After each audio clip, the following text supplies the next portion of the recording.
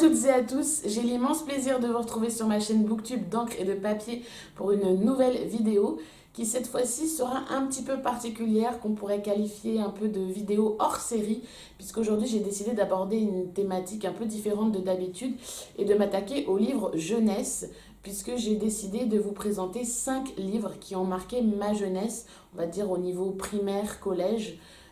Pourquoi ce sujet est un peu différent d'habitude?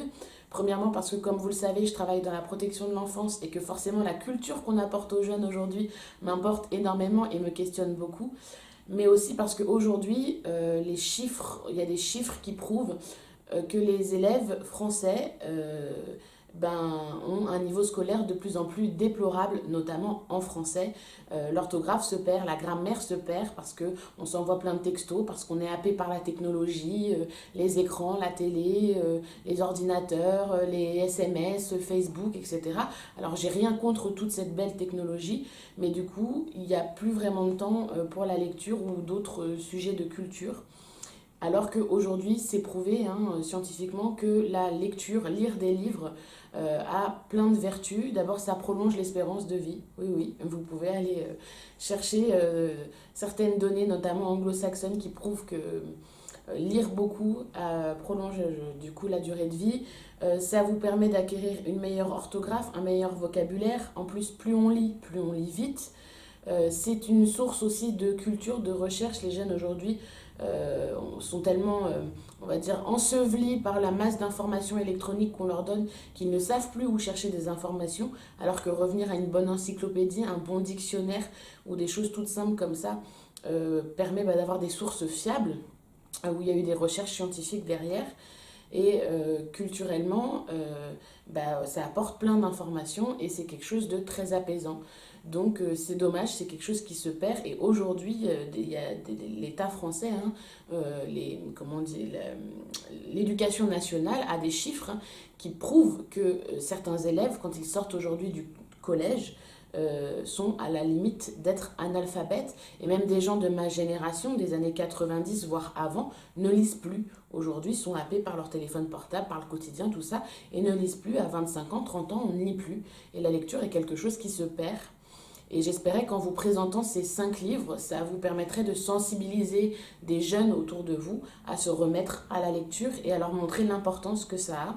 Et comme c'est des livres qui, moi, m'ont beaucoup marqué et qui m'ont beaucoup plu, et qui sont pour à peu près tous les niveaux de lecture, quand on a entre 7 ans et 10 ans, voire 12 ans, 13 ans, ça permettrait peut-être à certains jeunes de se remettre à lire, tout simplement. Voilà, si cette vidéo ne sensibilise ne serait-ce qu'une seule personne, qu'un seul jeune, je considérerais que ça aura été utile. Et puis surtout, peut-être que ça ouvrira le débat dans les commentaires et que vous me direz ce que vous pensez de ce sujet-là. Donc n'hésitez pas à laisser un petit pouce bleu ou à me laisser un petit commentaire, une trace de votre passage, à me donner votre avis sur le sujet. Voilà, je vous propose de commencer tout de suite. Avant de vous présenter le premier livre de cette sélection, j'aimerais vous faire part d'une petite anecdote, mais qui pour moi a toute son importance. Pourquoi j'ai lu très jeune et j'ai aimé lire très jeune? Parce que mes parents m'y ont poussé naturellement, non pas par l'obligation, simplement parce que quand j'avais passé une bonne semaine ou que j'avais été sage à l'école, le samedi matin, ma mère avait pris l'habitude de m'emmener, ma soeur et moi, à la librairie et on avait le droit de choisir le livre qu'on voulait. Un magazine People, une BD, n'importe quel livre qui nous faisait plaisir. Et nous, on trouvait ça super chouette d'avoir un cadeau et on rentrait avec notre petit livre le week-end et on lisait ça dans la semaine et c'était super chouette. Et je trouve que c'était une jolie manière d'amener ses enfants à lire. Et du coup, si vous ne savez pas comment faire lire vos enfants, ça peut être une bonne méthode, une petite astuce sympa que je vous partage. J'espère que ça vous sera utile. Et du coup, le premier livre que j'ai envie de vous présenter dans cette sélection, c'est aux éditions Cascade. C'est pour les enfants de 9 à 11 ans. C'est écrit par Sylvaine Jaoui et ça s'appelle Sur la planète Cœur. Voilà. Vous voyez, il y a une jeune fille ici assise sur un globe terrestre et une autre jeune fille ici qui s'appelle Loli. Alors pour la petite histoire, Loli c'est une jeune fille qui doit avoir à peu près 10 ans, qui décide de fêter son anniversaire, elle prépare les invitations, elle est au taquet, ça va être la fête du siècle. Et manque de chance pour elle, dans la même école qu'elle, ou voire même dans la même classe, il y a une autre jeune fille qui, elle, s'appelle Meryl, qui décide de faire son anniversaire à la même date. Et comme Meryl, c'est un peu la pom-pom girl, ou en tout cas la fille la plus connue de l'école, etc., bah forcément, elle a invité une superstar chez elle pour son anniversaire, grâce à sa mère, etc. Donc ça va être une fête encore plus extraordinaire que celle de Loli. Et du coup, Loli se retrouve obligée d'annuler son anniversaire, parce que faire son anniversaire tout seul, parce que tous ses potes, ils sont à une autre soirée, bah, ça n'a pas vraiment d'intérêt. Et du coup, Loli, bah, elle va être déprimée, elle va se mettre à regarder la télé, et pendant ce coup de déprime, elle va tomber sur un reportage à la télé qui montre une jeune fille qui s'appelle Violetta. Et Violetta, elle vit à Rio. Et en fait, elle est assise sur un monticule de déchets dans une décharge où elle cherche à manger pour se nourrir. Et ça va beaucoup ébranler Loli, qui du coup va se rendre compte que finalement son anniversaire, c'est pas si important et que peut-être le plus important, ben, c'est d'être solidaire et de filer un coup de main à ceux qui en ont besoin. Et va s'en suivre toute une aventure assez sympa, assez touchante ou assez intelligente.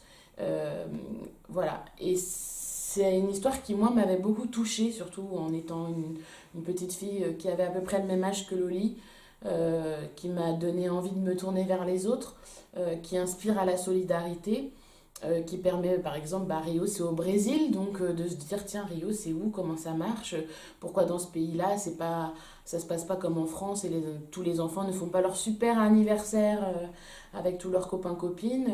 Voilà, je trouve que c'est quelque chose qui questionne. Et surtout, à la fin du livre, il y a des liens, des contacts pour les jeunes qui souhaitent faire des initiatives solidaires, quelle que soit la thématique de cette solidarité. Il existe des bourses que vous pouvez trouver sur Internet ou à la mission locale, ou notamment à la fin de ce livre. Il suffit de chercher un petit peu.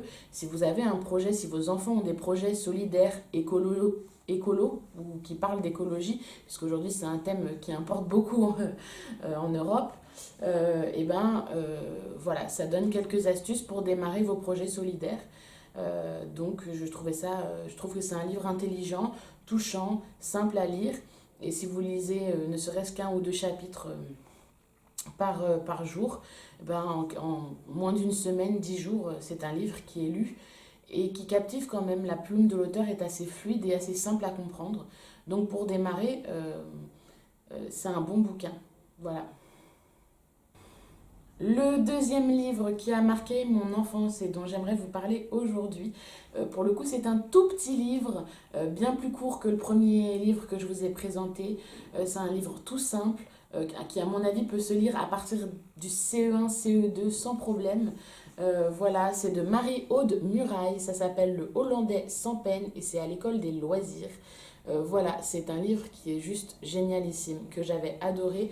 Et vraiment, c'est écrit très gros. Vous voyez, quand même, c'est pour le coup... voilà, il fait à peine une cinquantaine de pages et surtout, il y a énormément de dessins dedans. Vous voyez, là, c'est deux petits garçons, chacun assis de chaque côté. Et finalement, en dessous, il y a quoi? Il y a 5 lignes. Donc, ça se lit très vite. Et à la rigueur, si votre enfant débute dans des lectures autonomes, vous pouvez tout à fait lire ce livre avec lui, l'aider à déchiffrer les mots et les chapitres. Voilà, pour la petite histoire, c'est l'histoire d'un jeune garçon qui s'appelle Jean-Charles et qui part en vacances avec ses parents en Hollande. Et son père lui dit qu'il n'est pas obligé de faire son cahier de vacances, ses exercices, vous savez, de maths, de français, etc. À une seule condition, c'est qu'il apprenne le hollandais. Sauf que Jean-Charles, lui, il n'a pas trop... Alors, il se fait un copain dans le camping, mais il n'a pas trop envie de se fouler. Donc, il décide de créer sa propre langue. Voilà.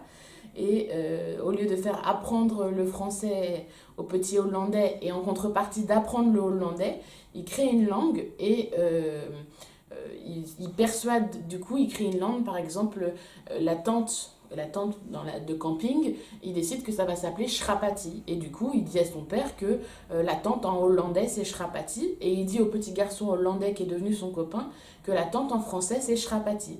Et tout le monde croit à son bobard. Et du coup, tout le monde va vivre dans la langue que lui aura créée. Et non seulement c'est drôle, c'est bien fait, ça se lit rapidement, c'est une jolie histoire que je trouve très drôle. Jean-Charles, c'est un petit garçon qui est attachant et qui est qui est très malin finalement, parce qu'au final, bah, il se foule pas vraiment, et en plus, il s'amuse à créer son propre langage, sa propre langue, avec sa logique à lui, qui est pas si mauvaise que ça. Et franchement, c'est très sympa à lire, et Marie-Aude Muraille, pour le coup, c'est une grande autrice de livres pour enfants, donc je vous le conseille vivement. Pour démarrer, c'est un de ceux que je vous aurais conseillé en premier. Voilà. La troisième lecture qui a beaucoup marqué ma jeunesse et plus particulièrement mon début d'adolescence, donc on va dire au collège, je pense. Voilà, c'est plutôt une saga qui s'adresse aux filles qu'aux garçons pour le coup. C'est de Meg Cabot, qui est une auteure assez connue aux USA. Là, je n'ai que le tome 2 qui s'appelle Premier pas d'une princesse, parce que tout simplement, je n'ai pas retrouvé le tome 1 malheureusement dans ma bibliothèque. Et le tome 1 doit s'appeler Le journal intime d'une princesse ou quelque chose comme ça. Et là, il est aux éditions Hachette et il ne m'avait coûté que 8 euros. Donc, c'est pas très très cher. Bah pour la petite histoire, c'est l'histoire d'une jeune fille qui s'appelle Mia, qui est en fin de collège ou début lycée, je sais plus, et ben, qui n'a pas beaucoup confiance en elle, mais qui est calée dans sa petite vie. Elle vit avec sa mère, elle a plutôt des bonnes relations avec son père, qui est plutôt riche, mais jusqu'à là, elle s'était jamais trop posé de questions à propos de son père. Et finalement, ben, son père va lui annoncer qu'il est roi ou prince de Génovia. Et Génovia, c'est un petit pays entre l'Italie et la France qui a été inventé par l'auteur. Et bah, du coup, si son père est le roi de Génovia, elle, forcément, c'est la future princesse, puisque elle est la seule descendante de son père. Et du coup, ça va chambouler toute sa vie. Et cette histoire, elle est racontée sous la forme d'un journal intime, dans laquelle Mia note à la fois ses formules en cours de mathématiques quand elle s'ennuie, où elle dessine, elle griffonne, elle parle de ses amours, elle parle de son manque de confiance en elle, parce que ben, elle est plate comme une limande, c'est comme ça qu'elle dit, et elle dit qu'elle n'a pas de sein, parce que elle va tomber amoureuse, avoir des disputes avec ses copines, parce que sa mère, elle est un peu loufoque, parce qu'elle a un chat qu'elle adore, et puis parce qu'elle ne s'attendait pas à être princesse, et que d'un seul coup, toute cette responsabilité, c'est un choc pour elle, qu'elle ne sait pas comment ça va se passer, comment elle va y survivre. Et il doit y avoir au moins 7 ou 8 tomes de cette saga. Et si on accroche, ben c'est vraiment très sympa. L'intrigue est bien faite, c'est plein de rebondissements, c'est joli, c'est romantique. Bon, c'est un peu gentillet, hein, on va pas se mentir. Mais à lire, quand vous voulez vraiment vous attaquer, voilà, celui-là il doit faire 200 et quelques pages. Si vous commencez à lire et que votre fille ou votre fils, pourquoi pas, aime ce genre de lecture, moi c'est vrai que ça m'avait beaucoup intriguée et surtout je m'étais dans des moments où à l'adolescence on se sent pas bien dans ses baskets, je m'étais un peu retrouvée dans cette histoire et surtout c'est pas des gros pavés de chapitres, etc. C'est assez aéré comme texte puisqu'il y a des SMS, des dessins, que ça raconte heure par heure ce qui se passe au fil des jours et puis comment elle va s'approprier ce titre de princesse. Et c'est vrai que quand on est jeune, souvent, à un moment donné de son adolescence ou de sa jeunesse, on aspire à être une princesse, le mariage parfait, l'amour, la richesse, enfin voilà tous les rêves de jeunesse qu'on a. Et voilà, c'était un livre qui m'avait beaucoup accroché et j'avais lu toute la saga, tout simplement. J'avais même dévoré la saga pour être exact. Donc, si ça vous tente, je vous conseille vivement. Le quatrième livre qui a marqué mon enfance, pour le coup, c'est un best-seller, c'est un bijou, c'est un incontournable. Si vos enfants ne veulent pas le lire, c'est pas grave, faites-leur la lecture de force parce que c'est génial et je crois que c'est grâce à ce livre-là que je me suis mise à aimer et voire même à devenir fan du fantastique et de la fantaisie. Ça se lit facilement à partir de 10-11 ans si on a l'habitude de lire. Franchement, j'avais adoré cette saga. Et en plus, c'est pas écrit par n'importe qui. Donc, c'est une trilogie. Là, c'est le tome 1, c'est le livre des étoiles, Cadéar le sorcier. Voilà, c'est aux éditions Folio Junior et c'est de Eric Lhomme, tout simplement. Donc on est dans un monde complètement imaginaire, en tout cas qui n'est pas le nôtre, qui s'appelle le Pays 10, si je dis pas de bêtises. Et c'est l'histoire d'un jeune homme qui s'appelle Guillemot. Et il y a un sorcier qui lui s'appelle Cadéar qui va décider de le prendre sous son aile pour le former à devenir sorcier. Et il y a tout un protocole pour devenir sorcier, il y a des épreuves à passer, etc. Et surtout, les sorciers, ils font pas juste des incantations, abracadabra, etc. Il faut apprendre à connaître les plantes.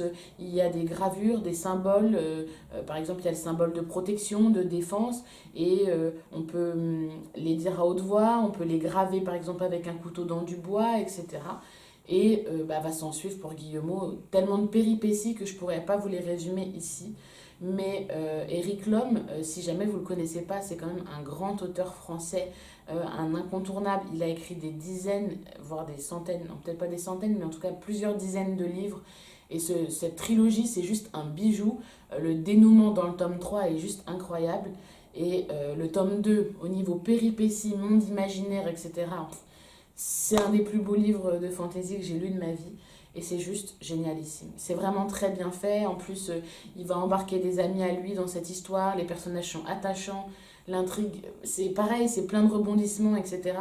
La plume de l'auteur est juste géniale. Moi, je suis une grande fan d'Éric Lhomme. D'ailleurs, je vais emmener ce livre avec moi le week-end prochain, là, à la fin de la semaine, aux Imaginales d'Épinal pour qu'il me le dédicace.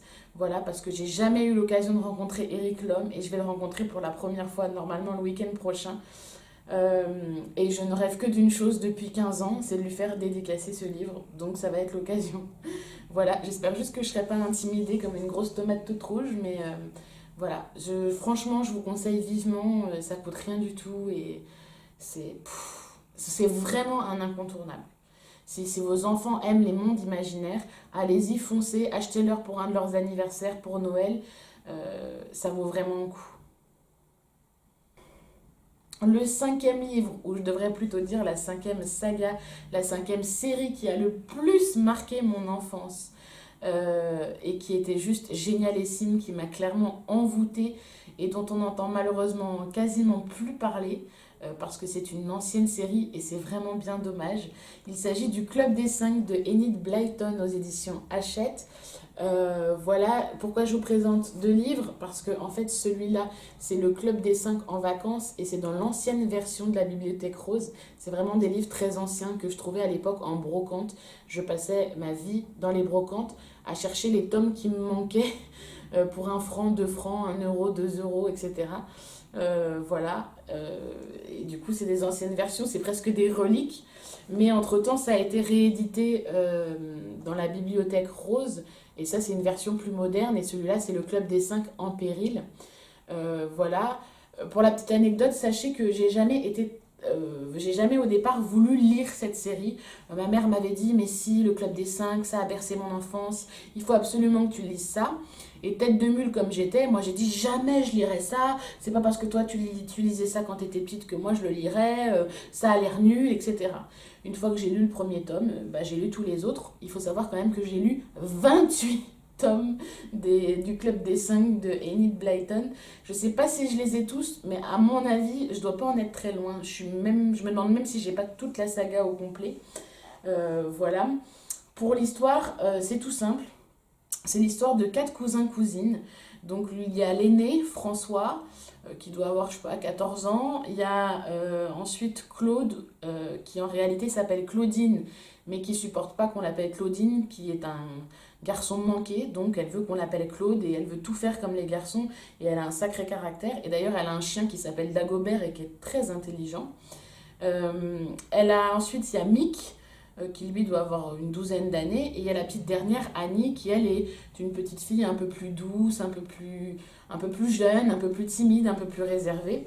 Et en fait, à chaque fois, ils partent pendant les vacances avec leur bicyclette dans la campagne, pique-niquer, faire du camping, et il leur arrive toujours mille et une histoires incroyables. Voilà, et ils finissent toujours par se confronter avec des bandits qui ont volé de l'argent, qui ont kidnappé des gens, qui font du mal à quelqu'un, etc. Et ils vont au péril de leur vie chaque fois combattre les bandits, etc. Et sauver du monde et sauver des gens. Et quand on est jeune, on est très vite happé par l'histoire. C'est vraiment très bien écrit. Et une fois qu'on s'est attaché aux personnages, on a juste envie d'aller avec eux, battre la campagne, monter dans les arbres, courir avec le chien, manger les pique-niques et l'orangeade ou la citronnade faites par la tante, etc. Et nous aussi d'aller combattre les bandits, quoi. On est très vite emmené, on a envie d'être un personnage de l'histoire. Et ce qui est bien fait dans la plume de l'auteur, c'est qu'on a l'impression qu'on participe avec eux, qu'on est là avec eux dans cette histoire et qu'on est le cinquième cousin oublié de cette team incroyable. Et quand on est jeune et qu'on a encore l'imaginaire qui papillonne à fond, c'est envoûtant. C'est envoûtant comme histoire. Voilà, pour que j'en ai lu 28, c'est que j'ai vraiment accroché. Donc je vous conseille. Et c'est pas si gros que ça. Vous voyez, ça fait voilà, 140 et quelques pages. Mais bon, il y a plein d'espaces blancs quand même. Vous voyez, comme ça, entre les chapitres. Là, à gauche, il n'y a rien, quoi. Donc franchement, c'est, je vous conseille. Vos enfants vont vous dire non au départ, mais c'est pas grave. Essayez quand même, ça vaut le coup. En tournant cette vidéo, je réalise qu'il y a un sixième livre, ou plutôt une sixième saga dont j'aurais pu vous parler dans cette vidéo. Et je ne l'ai pas fait tout simplement parce que je n'ai plus la collection dans ma bibliothèque. J'ai dû la laisser à ma sœur étant plus jeune. Mais j'essaierai de vous mettre ici une image, d'incruster une image dans la vidéo, si j'y arrive, parce que je suis vraiment une grosse bille en informatique. Euh, et pourquoi je vous parle de cette série? Vous devez sûrement la connaître. Il s'agit de Lily et Max. Et je crois, si je dis pas de bêtises, que c'est aux éditions Hachette. Comme ça, de tête, je me souviens pas de l'auteur ou de l'autrice, je ne sais pas. En fait, c'est l'histoire, donc c'est plutôt niveau primaire, hein, ça se présente sous forme de petites histoires, de planches de BD avec des petites bulles, donc ça se lit pour le coup vraiment très facilement. Et en fait, chaque livre aborde une thématique différente. Et par exemple, un des livres, le thème c'est Lily n'arrive pas à dormir.